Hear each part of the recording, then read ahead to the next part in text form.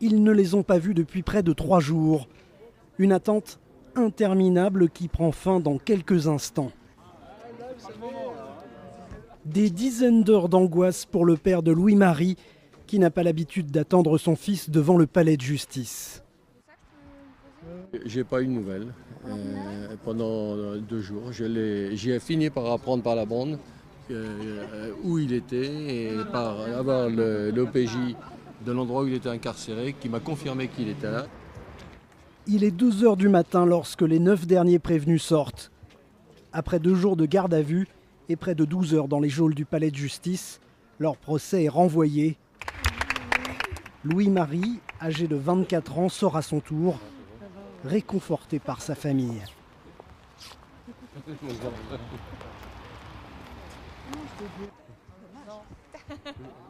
Et voilà Louise, 18 ans, visage de poupon, pas vraiment un profil de casseuse. Pourtant, elle a été arrêtée comme les autres et comparaîtra en juillet. J'ai rejoint des amis parisiens pour aller manifester. Je me suis trouvée au mauvais endroit au mauvais moment, c'est-à-dire aux Invalides. Et moi qui suis toulousaine, j'apprécie l'hospitalité parisienne, surtout l'hospitalité du palais de justice. Car dimanche dernier, comme des dizaines de milliers de personnes, Louise, Louis-Marie et tous les autres prévenus étaient là, dans la manif pour tous. Mais quand la police donne l'ordre aux manifestants de partir, ils décident de rester comme des centaines de personnes.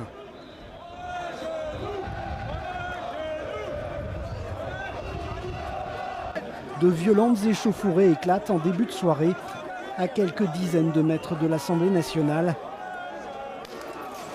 Face à face impressionnant entre forces de l'ordre et manifestants.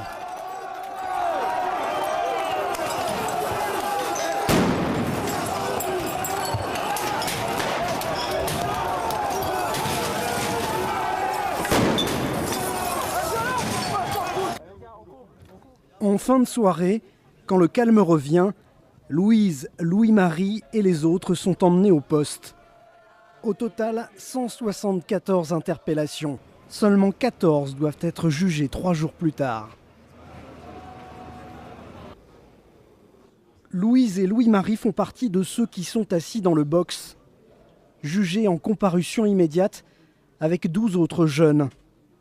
On leur reproche des violences, des rébellions, des non-dispersions, des jeunes d'une vingtaine d'années insérés socialement, suivant de hautes études. Seuls 2 ont un casier. Il y a des petits jeunes, effectivement, dans le mouvement qui se sont laissés emporter, mais l'immense majorité des personnes gardées à vue n'ont absolument pas le profil, j'allais dire, de casseurs d'extrême droite. Ce sont des, on va dire, des noirs rallonges, des jeunes gens qui ont des casiers judiciaires totalement vierges. C'est le profil de gens qu'on voit rarement ici, au pénal. C'est ce que tous les policiers nous disent, si vous voulez, qu'ils ont rarement été habitués à avoir dans les cellules de leur commissariat des gens qui disent merci, s'il vous plaît, bonjour, qui plient les couvertures à la fin de la garde à vue et qui ne disent pas, qui ne les insultent pas, qui...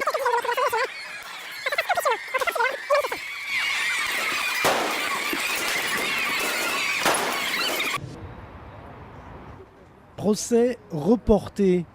La grande majorité des prévenus n'a pas été jugée ce jour-là.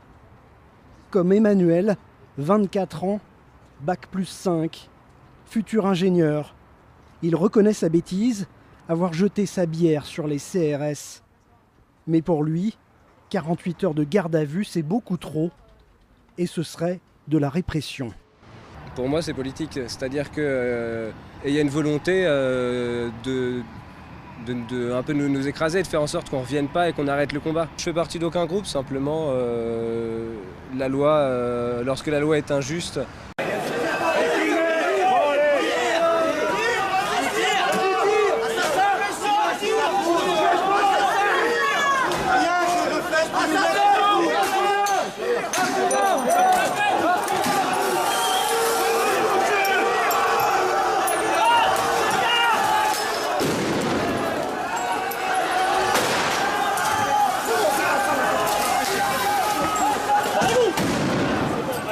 Un autre est défenseur du printemps français, un mouvement à la droite de la manif pour tous. Cet avocat minimise la présence de l'extrême droite dans les manifs.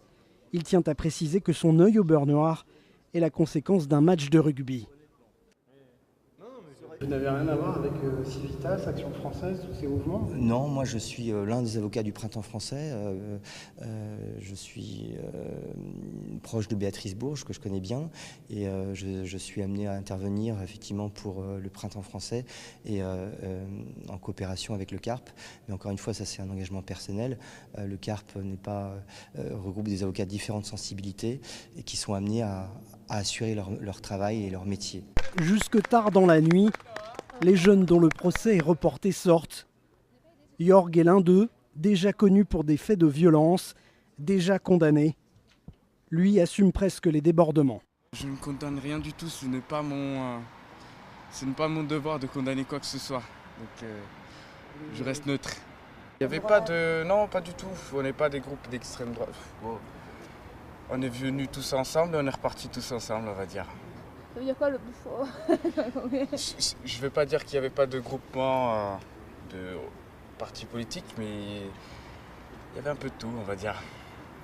Mais moi-même, je ne fais pas partie. Non, ça ne me dérange pas du tout. En attendant le procès de tous ces jeunes courant juillet, 3 autres ont été condamnés ce soir-là, 2 à des amendes de 300 €, et puis la peine la plus lourde pour Maxence, 25 ans, analyste pour une marque de luxe. Il écope de 4 mois avec sursis et 400 € d'amende pour rébellion. Dans son sac, la police a retrouvé des fumigènes, des pétards et des bouteilles.